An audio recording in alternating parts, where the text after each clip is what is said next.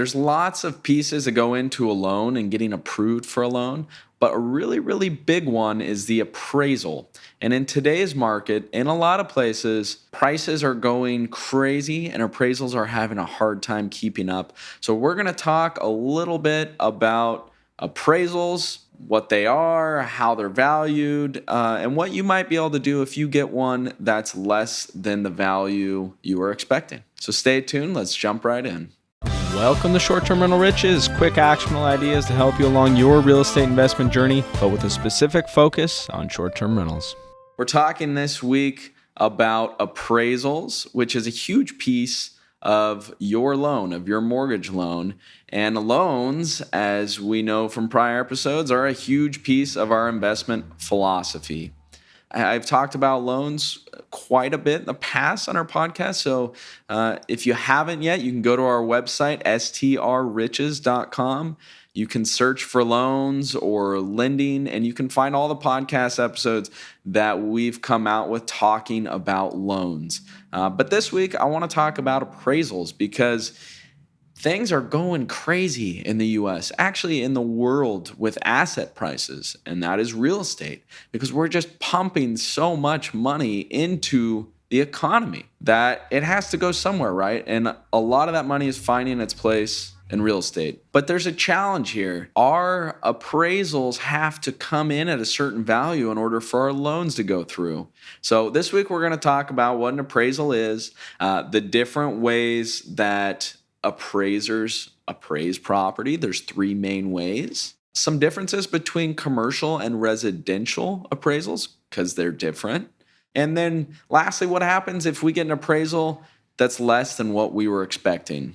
It could ruin your loan. It could make it so that you can't get a loan on the property. So we're going to talk about a couple things that you can do if that happens. But first of all, what is an appraisal? Well, simply put, an appraisal is the value, the expected value of your property. So we use appraisals for commercial and residential property. Shopping centers have appraisals, small single family homes have appraisals, multifamily buildings, apartments have appraisals. Most all of the time that we are using bank financing or any financing, unless maybe it's a hard money loan where you're getting a loan from a friend or someone that's not requiring appraisal, but almost all the time, we're going to need an appraisal. There's several ways that appraisers appraise property. So the first way is through a sales comparison, and that's going to be the most familiar for everyone. That's what's used for residential properties. It's not always used for commercial properties, but that's what's used with residential property. So if you're buying a single family home for $200,000, the appraiser's going to look within a certain time frame at all the sales comps around that property within a certain distance as well to see what these type of properties are selling for. And they're going to use that to come up with the estimated value. And when they present the appraisal to you, you'll see those sales comps in there as well. So that's the most common way. But you'll also see on the appraisal that there's two other methods on there that they're going to include.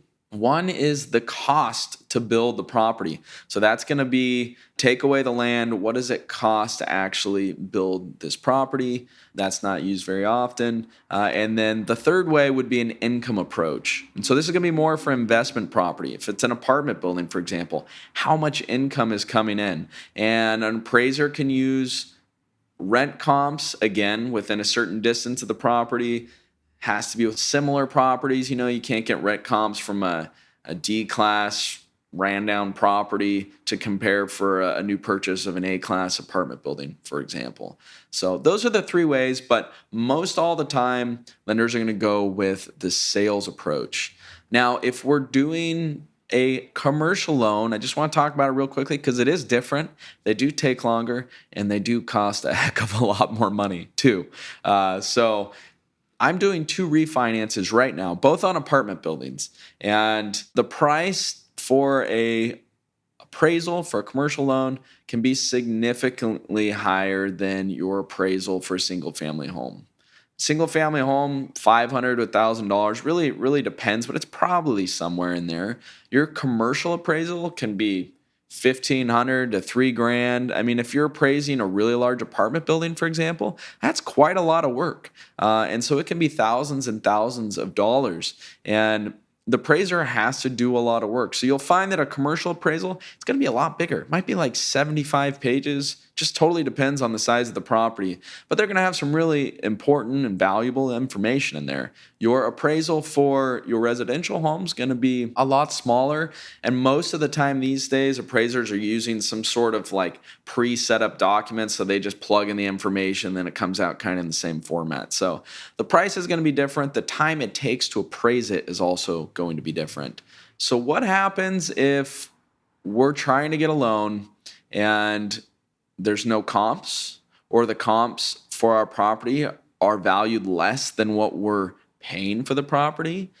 Well, it could screw up our loan. Traditionally, a lender wants to see a certain amount of equity in the property. So if you've heard the term loan to value, that is what lenders will lend to the total value. So a lot of times for an investment property, that might be 70% loan to value, 75% loan to value, meaning the person purchasing the property either has to put down 30% or 25%, and the lender's going to loan the rest. So let's say someone's buying a property for $1 million, and the loan to value from the lender is 75%. So they'll loan $750,000 on a property of $1 million.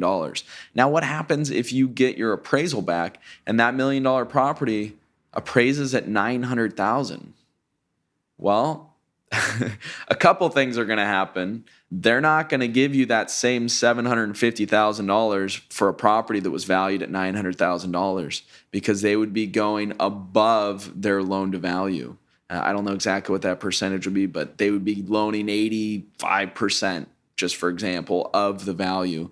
So a couple things have to happen. Either the purchase price has to go down, which means you have to negotiate with the seller, or you have to come up with the difference between what the lender will loan to you, so 75% of the $900,000, to still go to that $1 million purchase price. So you either renegotiate with the seller, you have to come up with the difference, which if you're in contract, you only have a certain amount of time normally to come up with the funds, so that could be tricky. The third option is that you could detest the appraisal. You could ask to have it reappraised, which I've done before, and I've been successful at before. It's always good if you're doing a refinance to provide the lender as much information as possible. If you renovated a property and you added a bunch of value, you want to show them that. You want your value to be as high as possible. But on the purchase, you probably won't have that information to give to them, but you can detest the appraisal. You can find your own sales comps to show to the lender and say, hey, this isn't accurate. There's a property down the street that sold for this. It's possible the appraiser missed it in the report. I remember a few years ago, actually, this is probably like 5 years ago, I was selling a property in California, and the appraisal came in way less. Actually, it was a refinance. I take that back. So I was refinancing, pulling some money out, and it came in really low, or at least what I thought was really low. And we got a new appraiser, and in a couple weeks, we had a value. It was 6 figures higher than the other appraiser. I mean, within a couple weeks, because they either missed comps or whatever it was. So if you get an appraisal back and you're not happy with it, contest it. You know, there's good odds that you can have it altered in some sort. Now, it's probably going to be a little easier to detest as a residential property than a commercial property, but not necessarily. I'm doing a commercial refinance right now, and I just got a appraisal back for a small apartment building. It was way less than what I was expecting. And I know if I put it on the market right now, I could sell the property for way more than what the appraiser valued it at. The challenge here is that there were no sales comps. It's a smaller apartment building, and a lot of times apartment buildings don't even show up on public data. They get traded off the market. So the appraiser really didn't have any good comps to go off of. Now, it was still a good appraisal. I'm happy with it. And there's good loan terms. So I'm just going to have a little more equity in the property and taking a little less out on the cash out refinance. So it's all good. I'm happy. But if this happens to you, and this is happening to lots and lots of people where they're trying to buy a home right now, and because there's so much money in the market and home prices are going crazy, crazy high in some markets, a lot more than others, there's no comps for people to evaluate these properties at. So try those 3 approaches if you get an appraisal back and you're not happy with it. Ask to have it reappraised. See if you can work out the deal with the seller. I've had that happen before as well. We were able to get a little lower purchase price.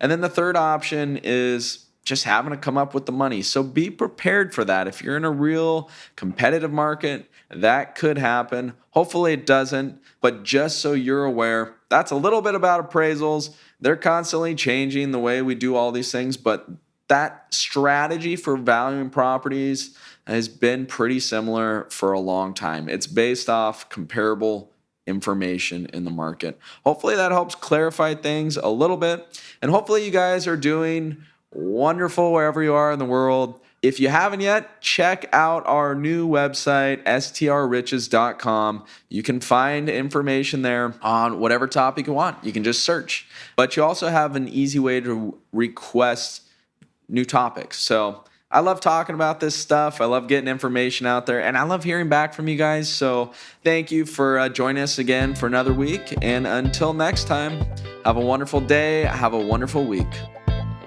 Want to get on the fast track to financial freedom through short-term rentals? Well, it all starts with the properties you acquire, but you want to make sure that you acquire the right properties. I want to give you my ebook that will show you how to do just that. There is no charge. It's my gift to you for being one of our subscribers. Just go to restmethods.com. That's REST methods.com.